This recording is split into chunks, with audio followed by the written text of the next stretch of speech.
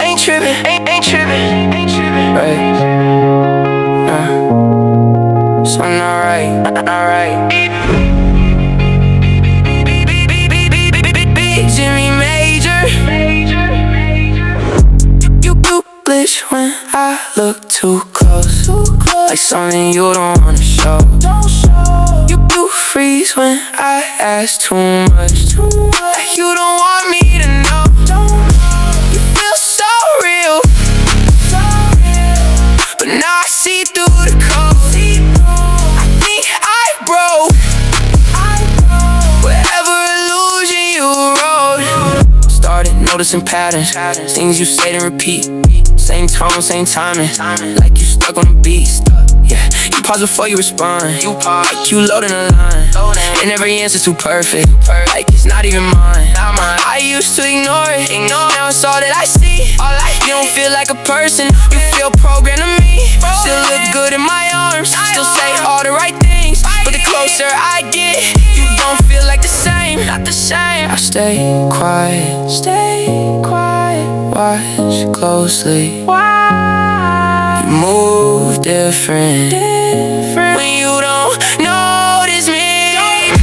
You glitch when I look too close, like something you don't wanna show. You freeze when I ask too much, like you don't want me to know. You feel so real, but now I see through the code.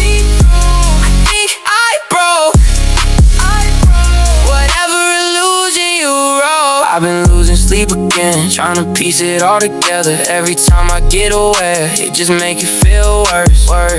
Maybe I'm not supposed to see it, not supposed. Maybe I went too deep. Now I'm stuck inside a feeling that I can't even speak. You react when I change, like you tied to my moves. If I think something different, it get weird between us two. I don't even trust my thoughts, I don't know what's really mine. If I break away from you, do I lose my own mind? Too real, too clean. I love what you mean. Why you lag when I stare? Why you change when I'm there? If you real, why you break? If it's love, why it fade? You glitch when I look too close, like something you don't wanna show. You freeze when I ask too much, like you don't want me to know. You feel so real, but now I see through the code. I think I broke whatever illusion you wrote.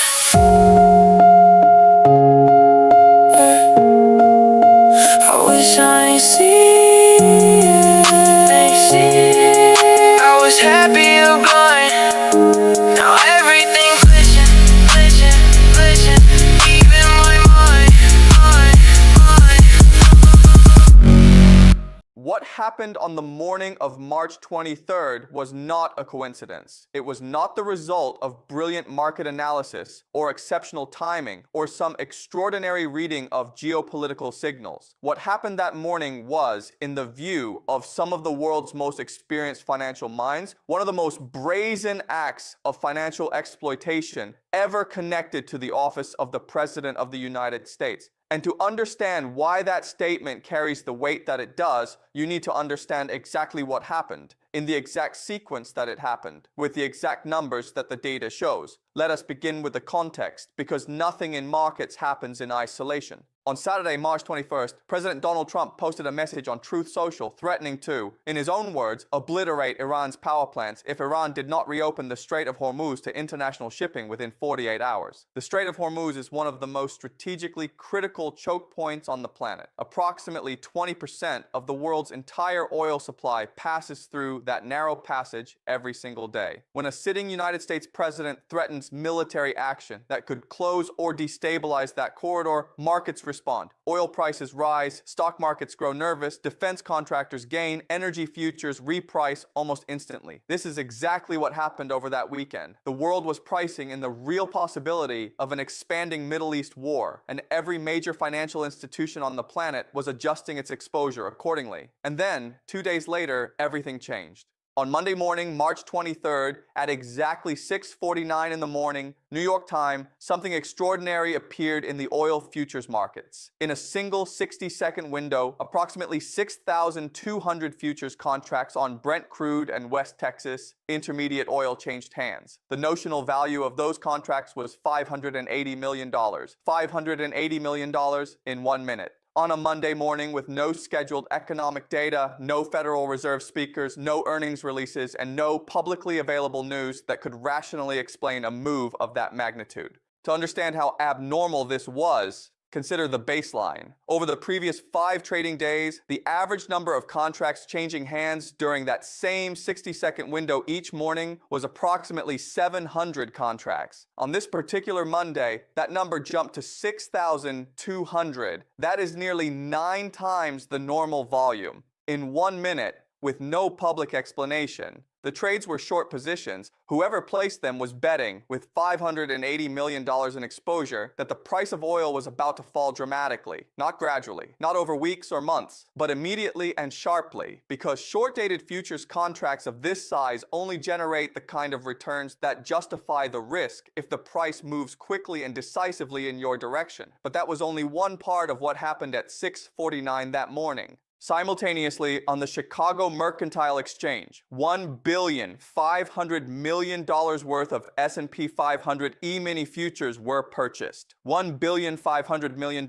This was a long position. Whoever placed it was betting that American equity markets were about to surge, not drift upward, surge, because the size of that position only makes sense if you are expecting a large, fast, directional move in the market. And then, in the cryptocurrency markets, a single anonymous trader placed approximately $200 million in leveraged long positions across Bitcoin and Ethereum. The Bitcoin position was taken at 20 times leverage, with $50 million in capital. The Ethereum position was taken at 15 times leverage, with $50 million in capital. These are not conservative bets. At 20 times leverage, a 5% adverse move wipes out the entire position instantly. The trader placing these bets was not hedging. They were not managing risk. They were making a single, enormous, high-conviction directional bet that cryptocurrency prices were about to rise sharply, immediately, and without reversing before they could exit. And then there was the options trade. Approximately 15 minutes before the announcement that would move all of these markets, an anonymous trader purchased $655,000 worth of 2% out-of-the-money call options on the S&P 500 with a single day until expiration. Options traders will immediately understand the significance of this. Out-of-the-money options with same-day expiration are, under virtually any normal market condition, nearly worthless. They expire at zero unless the market makes an unusually large move in the correct direction before the trading day ends. No rational market participant takes that position on a quiet Monday morning with no scheduled catalysts unless they have a very specific reason to believe that a very specific, very large, very immediate catalyst is coming. At 7:05 in the morning, 16 minutes after those trades were placed, President Donald Trump posted on Truth Social. He wrote that the United States of America and the country of Iran had engaged in very productive conversations. He announced a 5-day pause on threatened strikes against Iranian energy infrastructure. Markets moved exactly as the trades had predicted. Oil fell immediately, eventually declining nearly 15% over the course of the day. The S&P 500 futures surged more than 2.5%. The Dow Jones Industrial Average climbed over 1,000 points. Bitcoin rose approximately 4.5%. Ethereum rose approximately 7%. At 15 times leverage on a 7% move in Ethereum, a $50 million position generates a return of over 100%. That is $50 million in profit on a single trade in under 30 minutes. The oil short on $580 million in notional exposure, closed after a $10 to $15 per barrel decline, would have generated profits easily in the hundreds of millions of dollars. In total, the cluster of trades placed in that narrow window before Trump's post represented potential profits that multiple financial analysts estimated at several $100 million at minimum, and then Iran spoke. Iran's parliament speaker, Mohammad Bagher Ghalibaf, publicly stated that there had been no talks with Washington. None. He said that Trump's claims of productive conversations were fabricated. He called it fake news, and he specifically accused the United States of using false information to manipulate oil and financial markets. This is a remarkable statement. The country that Trump claimed to have negotiated with was publicly saying the negotiation never happened, that the announcement was not a diplomatic breakthrough, that it was, in the words of Iran's own leadership, a manipulation of global financial markets. Whether Iran's denial was itself a diplomatic maneuver or a statement of fact, the practical consequence was immediate. Markets gave back some of their gains, oil partially recovered, and the story that had briefly looked like a de-escalation moment began to look like something far more complex and far more troubling. Now let us talk about the people whose job it was to look into exactly this kind of activity, because this is where the story becomes structurally alarming in a way that goes beyond any single trade. The Securities and Exchange Commission of the United States is the primary regulatory body responsible for detecting, investigating, and prosecuting insider trading. It exists precisely because the integrity of financial markets depends on the principle that no one should be able to profit by trading on material non-public information. Information that, in this case, would include the knowledge that a sitting president was about to announce a geopolitical shift that would immediately and massively move global markets. The head of the SEC's Division of Enforcement is the individual responsible for leading those investigations. The Enforcement Division is the part of the SEC that actually goes after financial crimes. And on the Monday of these trades, Reuters reported, citing 3 anonymous officials, that the SEC's top enforcement official had resigned after agency leaders had blocked her from aggressively pursuing cases that touched Donald Trump's political circle. The watchdog was removed. On the same day the trades were placed. This is not the only structural change to American financial and legal oversight that has occurred during this period. The Justice Department's Public Integrity Section, a unit created specifically in the aftermath of Watergate to investigate and prosecute corrupt government officials, was reduced from 36 lawyers to just 2, and was stripped of its authority to file new cases. In 2025 alone, the Trump administration canceled 159 federal enforcement actions against 166 companies, more than 30 of which had donated to Trump's inauguration or White House events. The architecture of accountability was being systematically dismantled at precisely the moment it was most needed. Now let us look at the prediction markets, because they tell a parallel story that is equally important. Polymarket is a platform where users bet real money on the outcomes of real-world events. It operates on blockchain technology, which means all transactions are publicly visible and permanently recorded. In the days before Trump's March 23rd announcement, 8 new Polymarket accounts, all created around March 21st, placed a combined total of nearly $70,000 betting that a US-Iran ceasefire would be reached before March 31st. If that ceasefire was confirmed, those accounts stood to collect approximately $820,000, a return of nearly 12 times their initial investment. Blockchain analysts studying these accounts noted something important. Each of the 8 accounts had been created recently, with no prior transaction history on the platform. As one analyst described it, an average Polymarket user accumulates a long history of transactions over time, but someone conducting insider trading would not want that history. They would create a fresh wallet. 8 fresh wallets, all created the same weekend, all making the same bet on the exact outcome that the president announced 2 days later. But this was not an isolated incident. One account operating under the username Nothing Ever Fricking Happens had registered in late February and placed its first 2 trades as bets on a United States military strike against Iran before specific dates in February and March. It collected over $85,000 from those 2 bets. The same account then repositioned to bet on the ceasefire and was already showing profits when analysts identified it. A separate anonymous trader on Polymarket has made approximately $1 million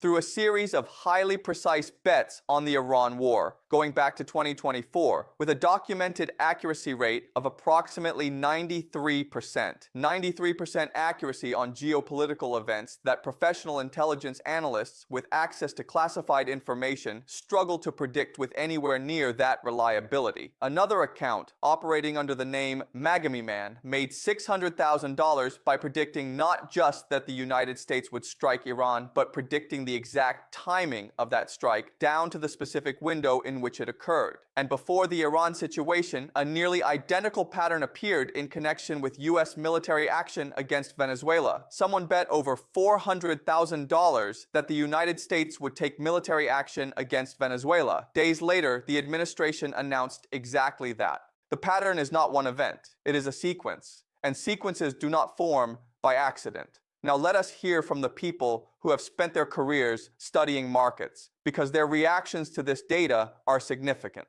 A trader at a major hedge fund, speaking anonymously to the Financial Times, said, and I am paraphrasing closely because the words matter, "My instinct from watching markets for 25 years is that this is really abnormal. It is Monday morning. There is no important economic data scheduled today. There are no Federal Reserve officials speaking. There is no event that you would normally want to position ahead of. This is an unusually large trade for a day with no event risk. Somebody just got a lot richer." Peter Brandt, an independent commodities trader with 50 years of market experience, told Al Jazeera simply, "I have traded long enough to know that where there is smoke, there is usually fire." Ben Shifrin, the director of securities policy at Better Markets, a financial reform organization, told CBS News, "The innocuous explanation is that the traders just happened to trade right before the announcement of material information. The more problematic explanation is that they knew about the announcement before they placed the trades." And then there is Paul Krugman, Nobel Prize winner in economics, former professor at Princeton and MIT. Writing on his Substack, Krugman stated that the story would be baffling, except that there is an obvious explanation. Somebody close to Trump knew what he was about to do and exploited that inside information to make enormous instant profits.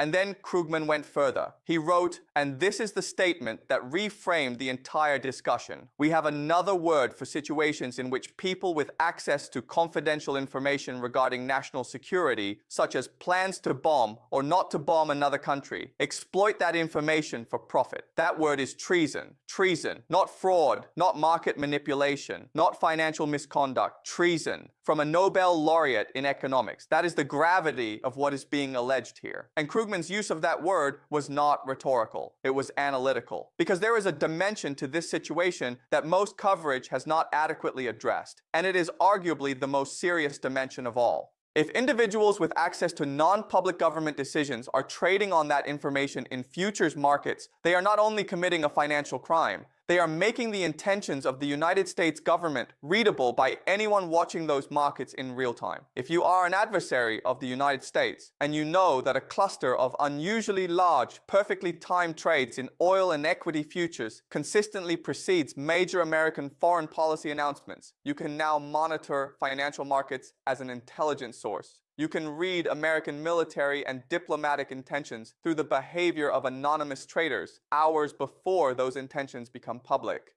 The people trading on this information are not just enriching themselves, they are potentially broadcasting classified decision-making to every sophisticated market participant on the planet, including the governments and intelligence services of countries that are actively hostile to the United States. That is what the word treason describes, and that is why a Nobel Prize-winning economist chose to use it. There is one additional dimension to this story that must be understood in its full context. Axios, in its reporting on this period, documented a broader pattern of financial activity surrounding the Trump administration. Trump's sons, Eric Trump and Donald Trump Jr., have invested in drone companies that are actively competing for contracts with the Pentagon, the same Pentagon that operates under the authority of their father. Jared Kushner, Trump's son-in-law and a key figure in Middle East diplomacy, was simultaneously seeking to raise billions of dollars for his private equity fund from Persian Gulf governments, the same governments entangled in the very conflict his father-in-law was managing. The Trump family family's cryptocurrency venture has generated billions of dollars in revenue, with investors that include a Chinese cryptocurrency executive who later settled a Securities and Exchange Commission fraud case, and an Emirati royal who was actively lobbying Washington for access to American artificial intelligence chips.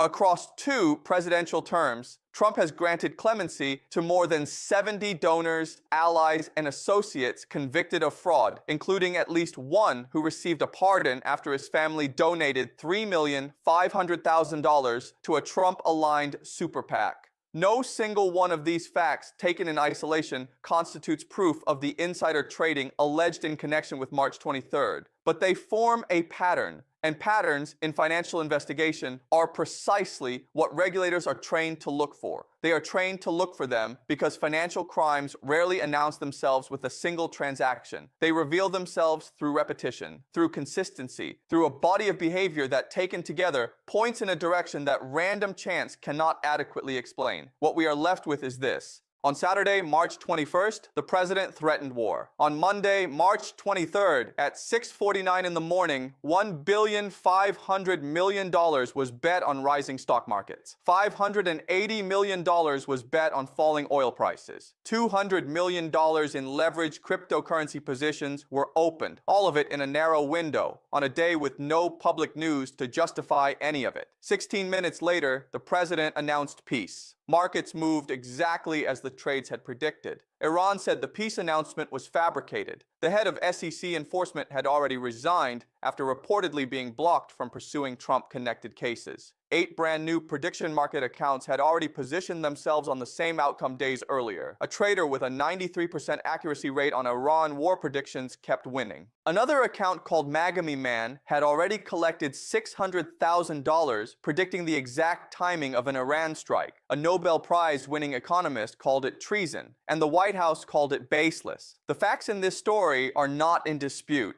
The trades happened. The timing is documented. The volumes are on record. The profits were real. The resignation of the enforcement director is confirmed. The prediction market accounts are visible on the blockchain. Every number cited in this account comes from reporting by the Financial Times, CBS News, Al Jazeera, Axios, The Hill, The Guardian, Wyon News, and Reuters. What remains in dispute is the question of intent, of knowledge, of who specifically knew what and when they knew it. That is a question that requires investigation. It requires investigators with independence, with authority, and with the institutional backing to pursue the answer regardless of where it leads. Whether that investigation will happen, given the current state of the institutions that would normally conduct it, is perhaps the most important unanswered question in this entire story. Because the rules that protect the integrity of financial markets, the rules that say no one should profit by trading on secrets that belong to the public, those rules only mean something if someone is willing to enforce them. And right now, the people whose job it was to enforce them are gone. You told me there's only one way. I ain't questioning it till I felt something else. Big Jimmy Major.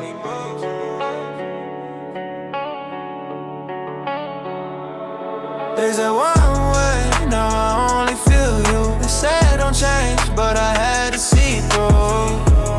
Everything I knew don't feel true.